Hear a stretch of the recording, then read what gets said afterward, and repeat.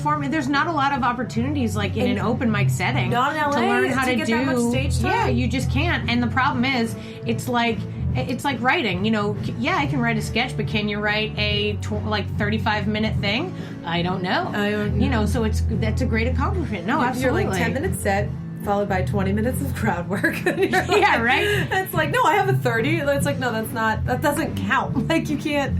The only person that works for is Doug Benson, so, you know. Yes. Let's see. What else was on my list? Book my first co-star was one of them, like a network thing. So that hasn't happened yet, so just putting it out there. That's good. There's a few more months to go in this year. That's a great thing to do. Especially you'll be back fresh from all of your travel, and you'll be so excited to be in LA, so you won't be jaded like the other people that they'll see. I'm literally going to be like, look at these, look at the festivals I've done this year. Like, this is why you haven't seen me before, is because I've been in every other state. But like, pick me. One of the other ones. I was like, if you ever have you're in an audition and they're like, oh, we haven't met you before. I'll be like, oh, well, where are you from? It's like, Minnesota. Well, I was in Minnesota doing a comedy festival. Hey. You know what I'm talking about, right, fella? Like, it's right? like this guy who's just like, what? Everyone's like, what is going on? He's the intern. I did. You're like, all of a sudden it's a stand-up show, but it's this audition. Like, what's happening? And I'm like, who here's married? It's so uncomfortable. It's so great, actually, though. If you really know you're bombing, like, just go into it. Just, like, totally took it over. And All like, right. I think that girl has some serious issues. I suppose the But call her longevity back. of that is yeah. We like her. Put her on a reality She's weird. show. I like it. Could she? I like it. Could she fall in love with someone? You think? With or without money, let's get crazy. There's gonna be those. You know there are. It was like princes and shit, but now it'll be like, this guy's on welfare. He lives in a 1-bedroom apartment with his brother and his mother and his 14 cousins. Do you want to be part of him? And it's like about true love. You know what would be amazing is if they did a show. Let's do it right here. Let's start a reality show called Prince or the Pauper, and where you literally have to go out on a date with two different men who they basically like give makeovers to, and you don't know which one's the one that's broke and which one's the one that has money. And then you like have to choose which one you're gonna like continue to see or whatever, and you don't find out until you make your decision, and then there's the reveal. And the best part would just be a real slow close up on the girl's face, like when she finds out. In both ways. Like, is she super psyched, or is she really disappointed? Or is she like, and oh what's no. happening? Like, no, can we recount the votes? Like, what? I think that would be so funny. The follow up sort of to the dating game situation would be like what they win is a date that like matches the like money level. So it's either like a really fancy restaurant or it's like a $10 gift certificate to McDonald's. Oh my god. So funny. That's a good one. I was like, we're pitching this right now. Yeah, who's out there? Listen, we're trademarking it. Clearly, network executives are listening to my podcast. Okay. I was like, there's a lot of putting ourselves down for sure. Oh my, yeah. Well, I mean, they need to know. They need to know that exists. I talked over you, and I knew you were trying to bring up the other goal that you were feeling strong about. What was the other one? I've never auditioned for Last Comic Standing. I would like to do that. Oh. Even if I didn't get on, I would just like the experience of auditioning. Because I had a friend who did... What did he do this year? He did America's Got Talent. And I always forget that some of those shows have like a stand-up portion that you can audition for. They're not very nice about it, so I wouldn't... Unless you're like, you know what, I need to learn how to deal with direct heckling. Like, I wouldn't worry about it. That's not me. Okay, great. Yeah, it was funny because my show last night, I got heckled, but not like in a bad way. Like he actually, it's so It's like a nice heckle. It was so funny. Or a fix your joke. Heckle. It was a.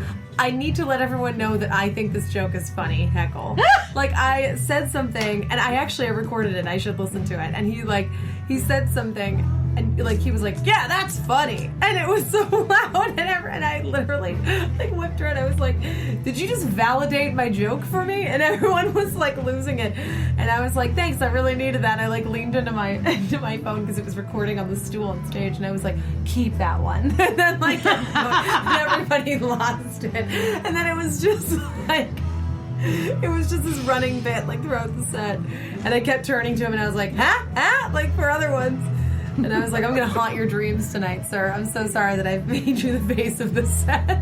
And he did it again, like, accidentally. And I was like, did you just do it again? And his wife was like, yes, he did. I don't know what's wrong with him. It was so funny. She's all embarrassed that he's being nice. Oh, my God. Yeah, it was super so funny. Well, you know what's funny? Austin audiences are pretty primed for comedy. There's a lot of comedy here on a regular basis, and there's a couple of sweet comedy festivals. Yeah. So it's nice because they get used to it.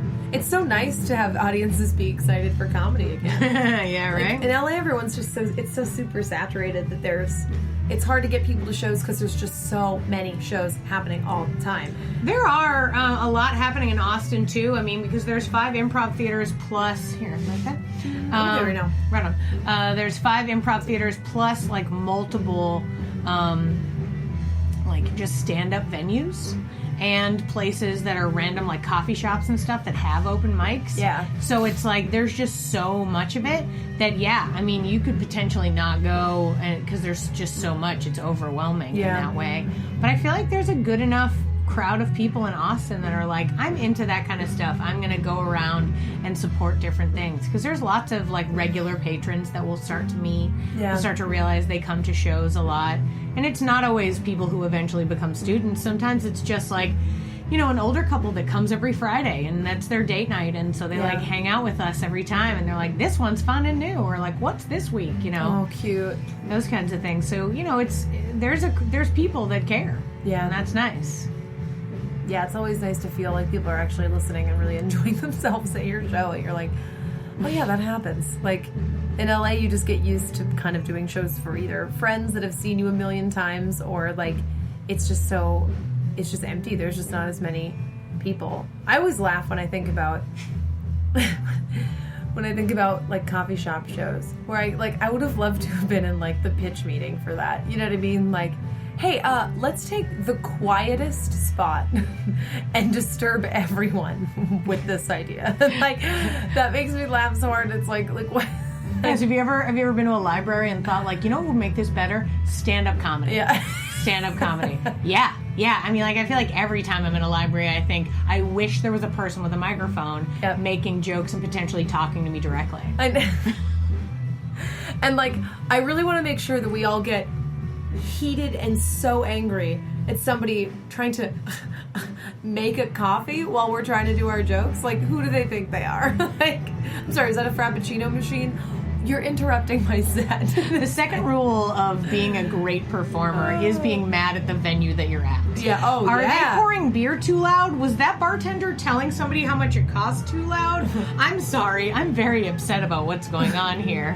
Who told you could get ice during my set? Like... Was there a clink and a clank? That's going to throw me off my entire vibe here. I would have had a good set, but then, you know, Steve over there felt the need to sing happy birthday to somebody, and it's like, you can't do that. I like the idea that, like, you're doing it now. Now I'm imagining stand-up in a Chili's where, like they're just tables and they're not paying attention to you. You're just in the corner like, yeah, anyway, so... You guys will know what I'm talking about. This guy with the Southwestern egg rolls, am I right? And then all of a sudden it's somebody's birthday and they come in, happy birthday, we know it's you, you know, whatever it is. And that person has to stop because they're not the main attraction anymore. I think that show is like when you know you should go home. Like when you know when you just shouldn't be doing it anymore. Yeah, but like I've worked more than my fair share of corporate events that were like that. Yeah. Where the comedy I've definitely even though I don't really do stand up, I've definitely hosted and done a sort of stand up ish at corporate events because we get hired because they're like, oh, well, you guys will be funny, right? Great. So can you just be the host of this thing? And you're like, sure, but...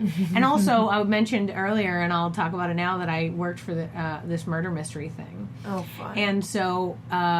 from the very beginning, the guy who ran it realized I acted in it a bit, but then he realized I was real neurotically organized, like we were talking about.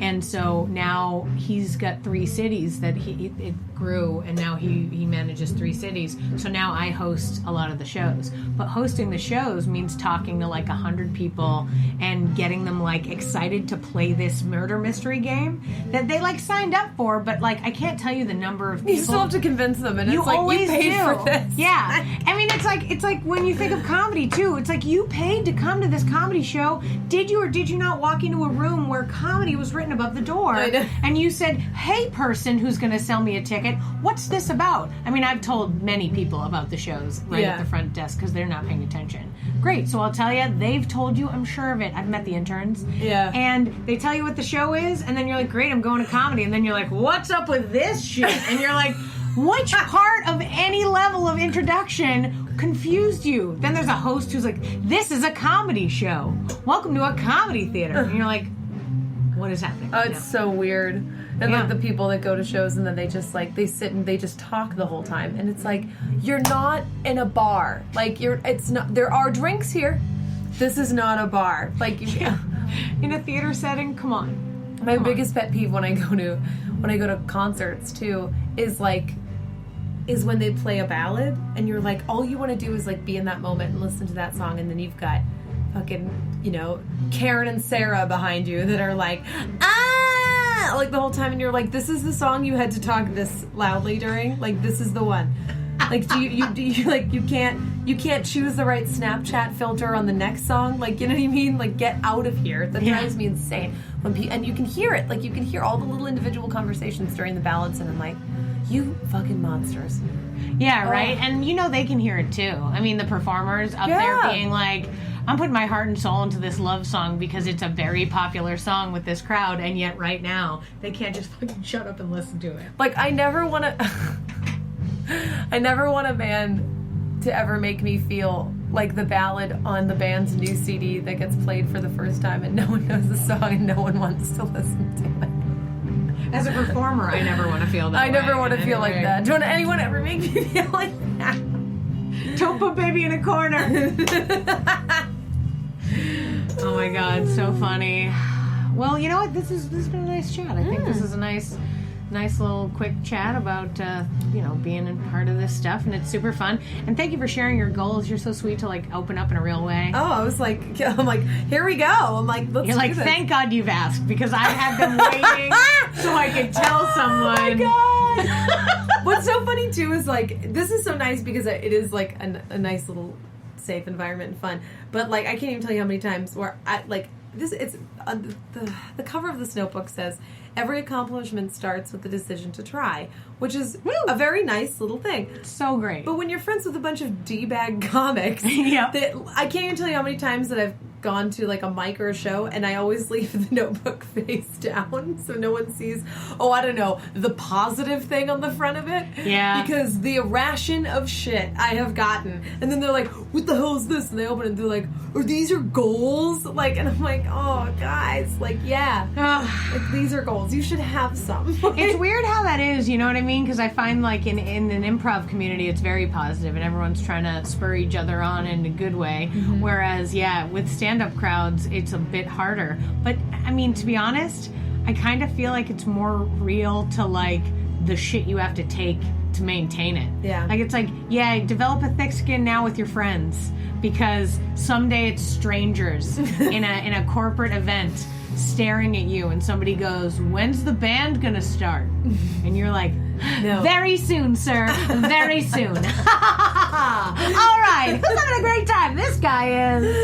And that's what you're doing, and that's your job. Yeah.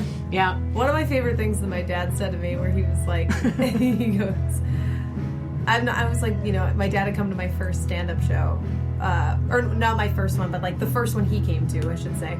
And I was like, what'd you think? And he goes, I'm not surprised. And I was like, what do you mean? What the hell does that mean? He goes, I bred you for this. And he was like, he's like, all this shit that I've given you your entire life and we've all given each other. He's like, I am not surprised that somebody in this family finally started to be like, you know what? I should do stand-up comedy. Oh my God. I'm like, oh man. And that made me laugh so hard because I'm like, Dad, like, I just remember trying to go into college for theater. My dad's like, but how about this math class? And I'm like, never. But now that I'm like, I'm going to do stand-up, suddenly I'm like, my dad is living vicariously through me, and he's so proud of me. It's so funny. I'm like, really, Dad? The thing that's literally not going to make me money for at least a decade is like the thing that you're like, yes, do it. And he even told me, he's like, I've always wanted, he's like, I think I'd be good. He's like, I've always wanted to do stand-up. That's so and I was funny. like, will you promise